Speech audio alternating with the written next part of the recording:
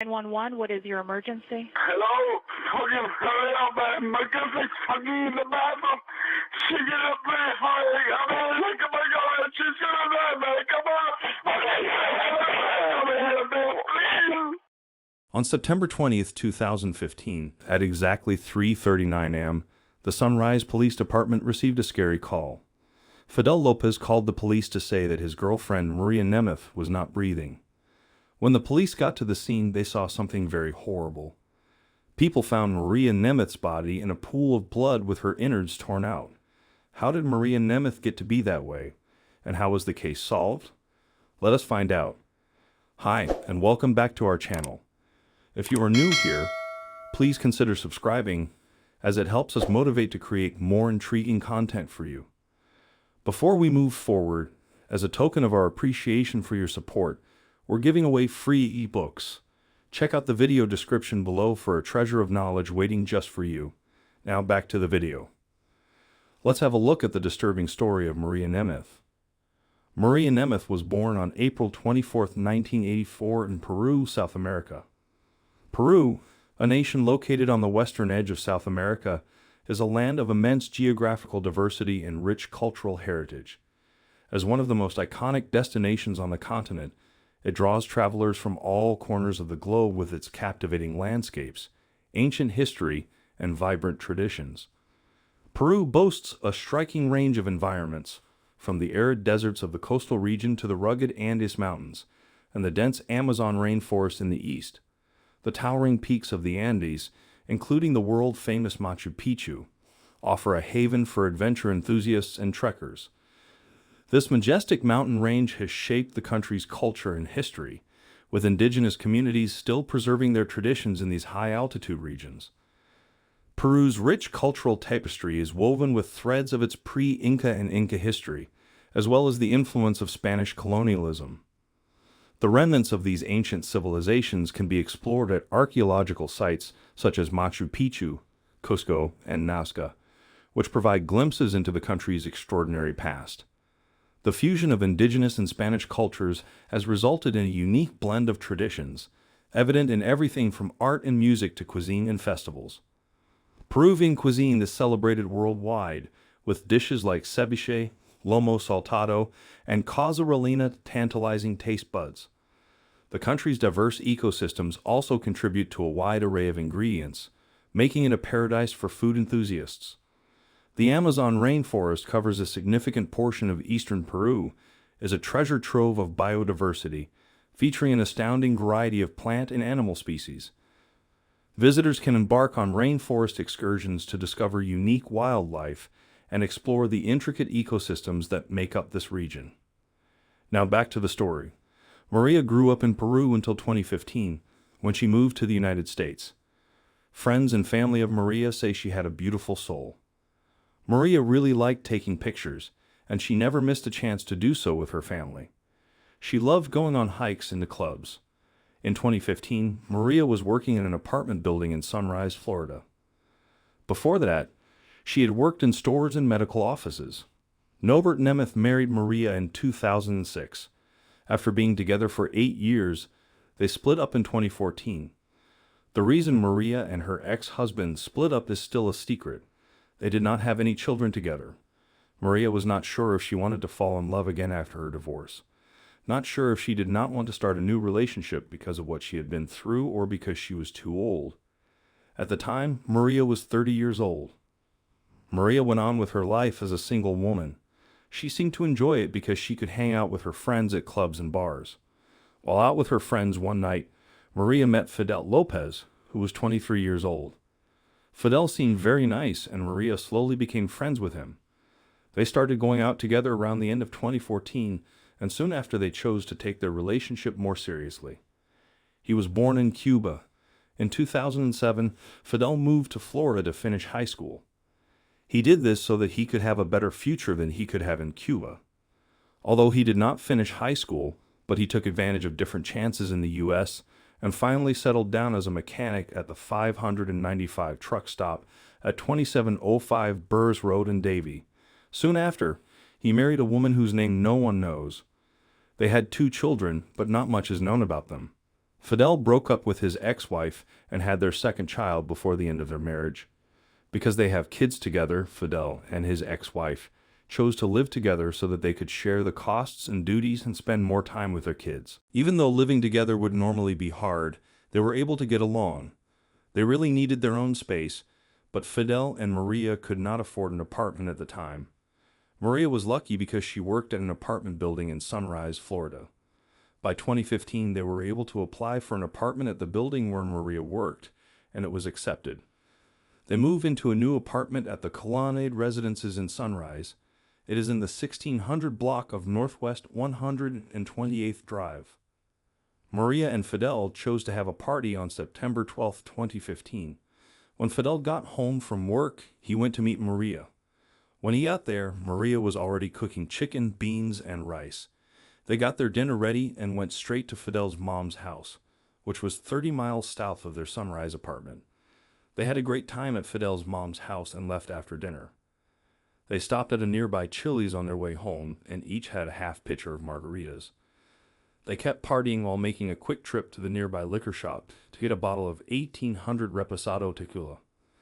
After that, they went straight home to end the party there. The couple did not have any furniture in their room, so they made small tables out of cardboard boxes. They poured shots and cut limes on these homemade tables. They started drinking as soon as they got home and turned up the music loud. While they talked, they drank a lot, and Maria quickly became drunk. On September 20th, 2015, at approximately 3:39 a.m., a person who appeared to be frightened made a call to the Sunrise, Florida Police Department. It was Fidel Lopez who was calling. It was hard to understand what he was saying because he was crying and sounding scared, but it was clear that he was saying his girlfriend was dying. The police officer asked Fidel where he was, and he said that he and Maria had just rented an apartment, and that Maria was an assistant manager at the apartment complex. As soon as the first responders got to the flat, they saw Fidel crying next to Maria's body, which was lying in a pool of blood with her intestines ripped out.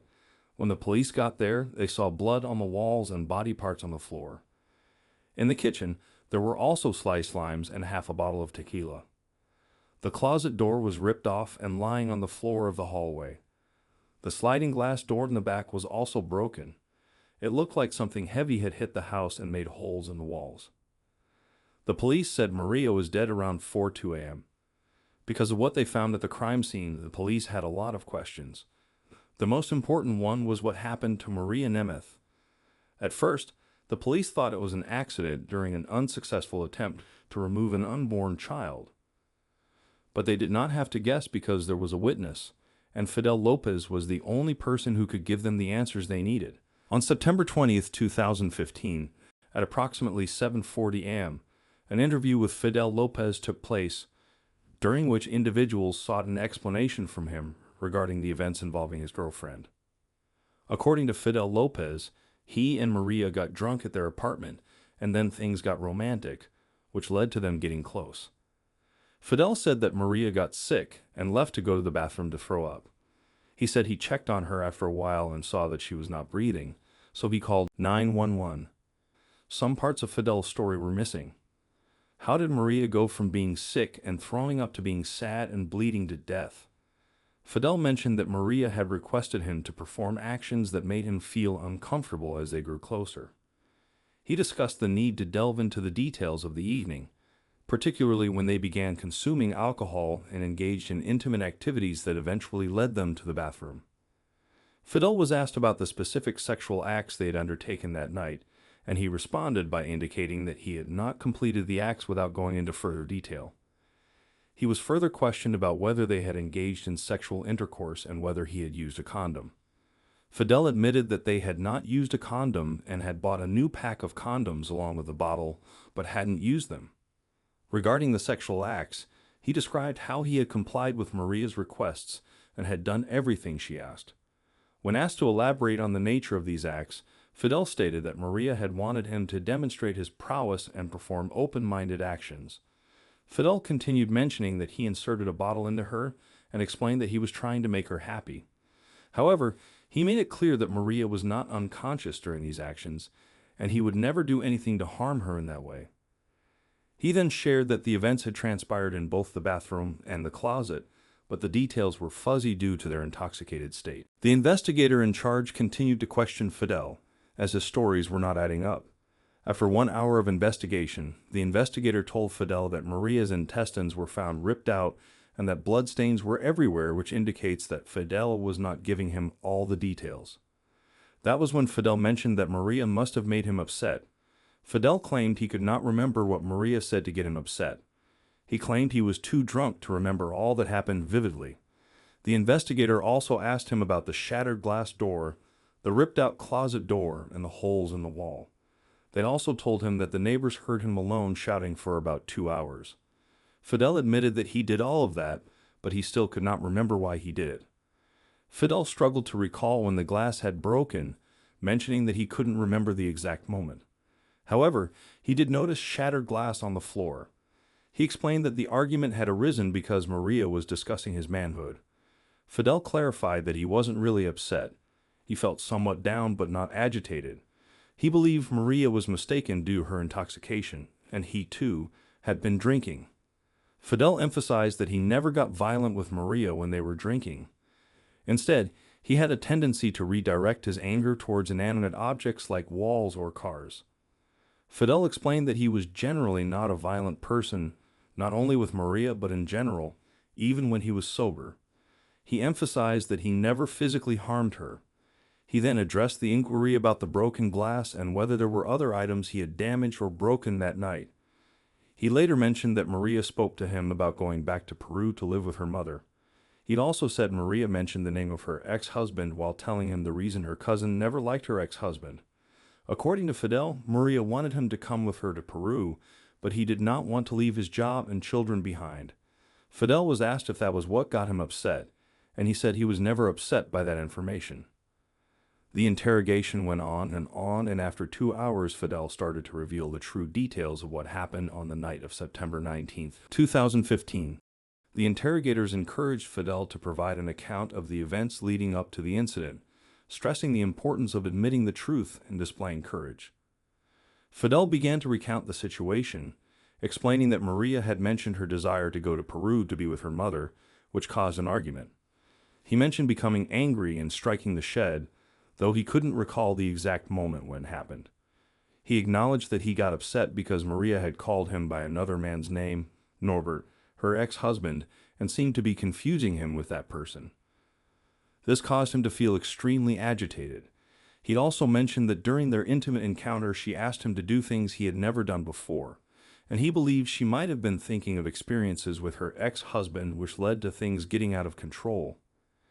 Drunk Maria mistakenly called Fidel by her ex-husband's name twice. That got Fidel angry, and he stopped the action to vent his anger. It was at that moment Fidel began to shatter the glass door, smash the walls, and also rip off the closet door, and he did all that while shouting. Somehow, his actions made drunk Maria unconscious, but even after throwing fits, Fidel was not calm. Still, he needed to do more. That's when he did the unthinkable that resulted in Maria's death. Somehow, Fidel expected Maria to stay alive even after he had ripped out her intestines. He kept checking to see if she would wake up, and when she didn't, Fidel went outside to smoke a cigarette. After that, Fidel returned inside and saw that Maria was still unconscious. He tried to clean the blood off her, but it was just too much. He dragged Maria to the bathroom and put water on her face to make her regain consciousness. Fidel then washed his hands and started to panic. He picked up his phone and dialed 911, informing them about the situation. After he made his confession, he expressed how sorry he was about what he did. He said if he could turn back the clock, he wouldn't do what he did to Maria. But it was all too late for Fidel. The investigators arrested him for the murder of Maria and also for battery. Fidel pleaded guilty in July 2017 to the first-degree murder of Maria Nemeth. He had to change his plea to avoid a death sentence because his offense could get him the death penalty.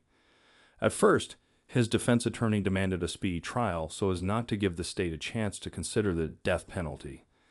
The defense attorney also tried to limit the number of murder scene photos that could be presented to the jurors, as they were worried these images could make the jurors lean towards the death sentence. Fidel's lawyers demanded a speedy trial so Fidel could escape the death penalty, and since it worked, Fidel tried to plead for about 50 years in jail.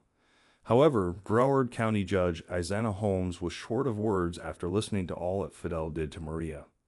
She told Fidel that pleading for mercy and lighter sentences would not work on her. She then sentenced him on August 2, 2017 to life imprisonment without the possibility of parole. Also, under the terms of his plea agreement, Fidel won't be able to appeal the sentence. Fidel told Maria's family again that he was sorry and begged them to forgive him. He asked Maria's family to forgive him and said he was happy to do his time in Spanish. Lastly, he thanks the judge for agreeing not to put him to death. During the meeting, Fidel's mother, sister, and cousin also spoke.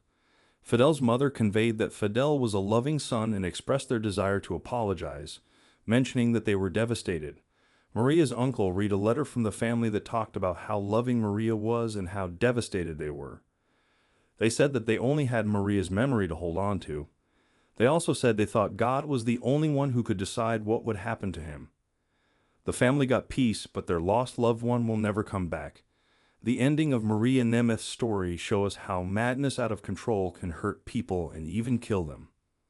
Also, we cannot help but feel terrible pain for Maria Nemeth's friends and family.